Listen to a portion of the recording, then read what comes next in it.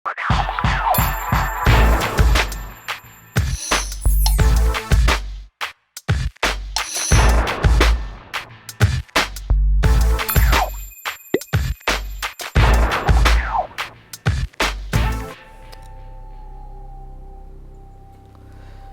کہنے لگا تھا،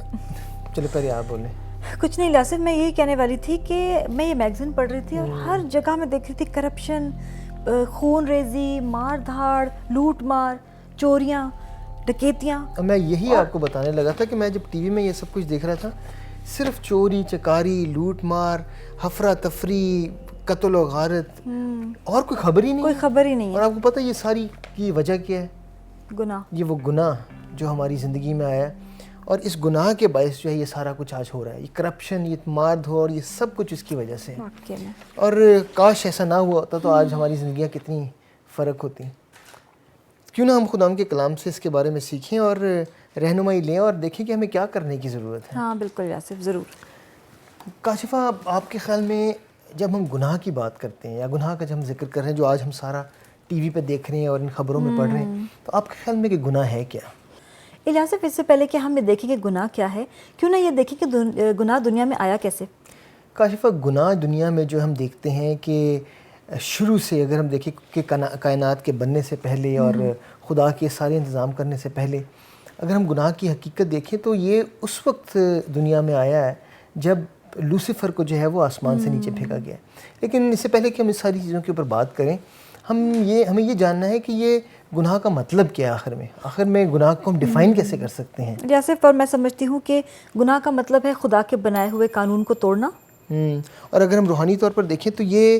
خدا کی راہ سے الگ چلنا، خدا کی راہ سے ہٹ کر چلنا، یا خدا کے اصولوں کو توڑنا۔ اور اس کا ذکر جو ہے وہ ہمیں یسایہ اس کا 53 باب اور اس کی 6 آیت میں بھی ملتا ہے، اور پھر پہلا یوحنا اس کا 3 باب اور اس کی 4 آیت میں بھی اس کا ہمیں ذکر ملتا ہے، جو میں ضرور آپ کے سامنے پڑھنا چاہوں گا۔ جی ضرور۔ پہلا یوحنا 3 باب اور اس کی 4 آیت میں یوں لکھا ہے، جو کوئی گناہ کرتا ہے وہ شرع کی مخالفت کرتا ہے، اور گناہ شرع کی مخالفت ہی ہے۔ آپ نے دیکھا یہاں پر کہ جو گناہ کرتا ہے وہ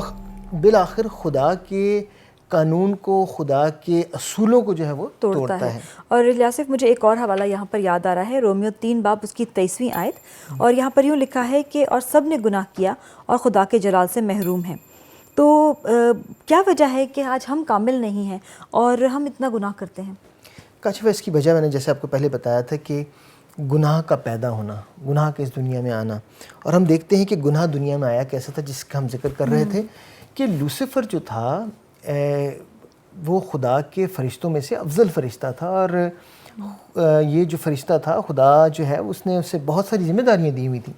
لیکن ہم دیکھتے ہیں کہ اس کے دل میں جو ہے وہ تکبر آیا، اس کے دل میں جو ہے وہ پرائیڈ ہم دیکھتے ہیں کہ آ گئی، اور وہ خدا کی مانند بننا چاہتا تھا۔ دیکھیں، عبادت اور ورشپ جو ہے وہ صرف خدا ڈیزرو کرتا ہے، وہ صرف خدا کے لیے ہے، اور یہ لوسیفر جو تھا وہ اس عبادت کو خدا سے لینا چاہتا تھا، وہ چاہتا تھا کہ اس کی پرستش کی جائے، خدا تک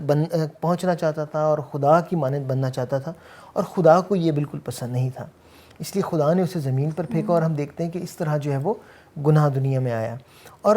پھر یہ دیکھتے ہیں کہ ہمارا جو پہلا خاندان تھا اور آدم اور حوا نے، انہوں نے اس لوسیفر کی بدولت جو ہے وہ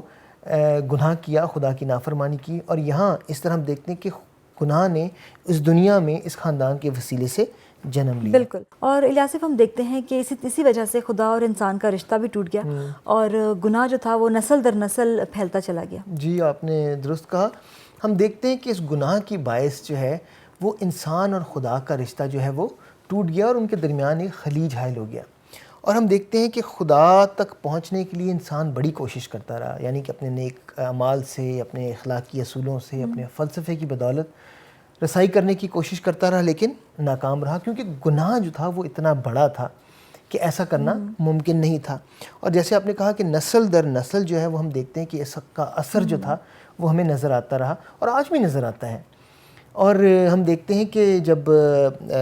آدم کے بیٹے قاہن نے اپنے بھائی حابل کو مارا، اور وہ خدا سے سمجھ رہا تھا کہ میں بھاگ جاؤں گا اور خدا کی موجودگی سے دور ہو جاؤں گا، تو یہ بھی ہم دیکھتے ہیں کہ کس طرح پہلی نسل میں وہ گناہ آیا، اور پھر نسل در نسل آہستہ آہستہ وہ گناہ کا اثر جو ہے وہ بڑھتا چلا گیا۔ اور الیاسف آدم اور حوا کے گناہ کا ہم یہ بھی اثر دیکھتے ہیں کہ پہلی دفعہ وہ خوف زدہ ہوئے اور اپنے آپ کو درست ثابت کرنے کی کوشش کرنے لگے، اور یہی نہیں بلکہ روزی اور روٹی کے لیے محنت بھی کرنے لگے۔ جی یہ دیکھیں کتنا بھاری اثر جو تھا اس گناہ کا ان کی زندگی پہ ہوا کہ اب انہیں محنت کرنی تھی، اب انہیں کام کرنا تھا۔ اور پھر ہم دیکھتے ہیں کہ جو آدم کا بیٹا تھا قائن، اس نے اپنے بھائی حابل کو مارا، اور ہم دیکھتے ہیں کہ اس طرح گناہ جو ہے وہ نسل در نسل ان کی زندگی میں چلتا رہا، اور وہ جو اس کا اثر تھا وہ ہم آج بھی اپنی زندگی میں دیکھتے ہیں۔ ہم ٹی وی پر اور میگزین پر یہ ساری کرپشن اور یہ سارا کچھ پڑھ رہے تھے، تو یہ سارا کچھ اسی کا نتیجہ ہم اپنے سامنے دیکھتے ہیں۔ اور گناہ کا ایک افسوسناک نتیجہ الیاسف موت بھی تھا، جس کا حوالہ ہمیں رومیو 5 باب اور اس کی 12ویں آیت میں ملتا ہے، اور میں اس آیت کو پڑھتی ہوں۔ جی ضرور۔ بس جس طرح ایک آدمی کے سبب سے گناہ دنیا میں آیا،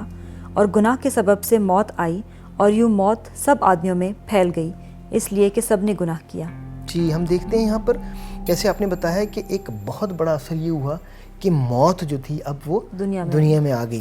اور صرف جسمانی موت ہی دنیا میں نہیں آئی، بلکہ ہم دیکھتے ہیں کہ روحانی موت بھی آ گئی۔ جب ہم خدا سے جدا ہو جاتے ہیں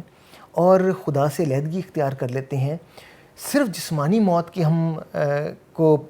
سامنا نہیں کرتے، بلکہ ہم آگے چل کے دیکھتے ہیں کہ روحانی موت کا بھی ہمیں سامنا کرنا پڑتا ہے۔ لیکن یہ اسی دوران ہم ایک بڑی خوشخبری جو ہے وہ خداوند یسوع مسیح کے خداوند کی یہ دیکھتے ہیں جو اس نے اپنے بیٹے خداوند یسوع مسیح کے وسیلے سے ہمیں دی، اور وہ یہ تھی کہ اس نے اپنا اور ہمارا جو ہے وہ اپنے بیٹے کے وسیلے سے ملاپ کر دیا، اور خداوند یسوع مسیح کی قربانی کے وسیلے سے، ان کی صلیبی موت کے وسیلے سے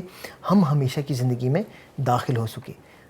اب یہ ضرور ہے کہ پہلی موت تو واقع ہونی ہے جو کہ جسمانی ہے،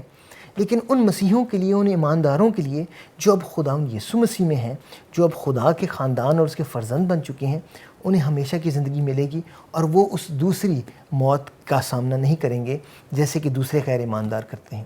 بالکل، جیسے الیاسف ابھی ہم نے بات کی کہ گناہ کی وجہ سے موت دنیا میں آئی، اور ایک نتیجہ یہ ہوا کہ موت کی وجہ سے اب عدالت بھی ہوگی، اور اس کا حوالہ ہمیں عبرانیوں 9 باب اور اس کی 27ویں آیت میں ملتا ہے، جہاں پر یوں لکھا ہے کہ جس طرح آدمیوں کے لیے ایک بار مرنا اور اس کے بعد عدالت کا ہونا مقرر ہے۔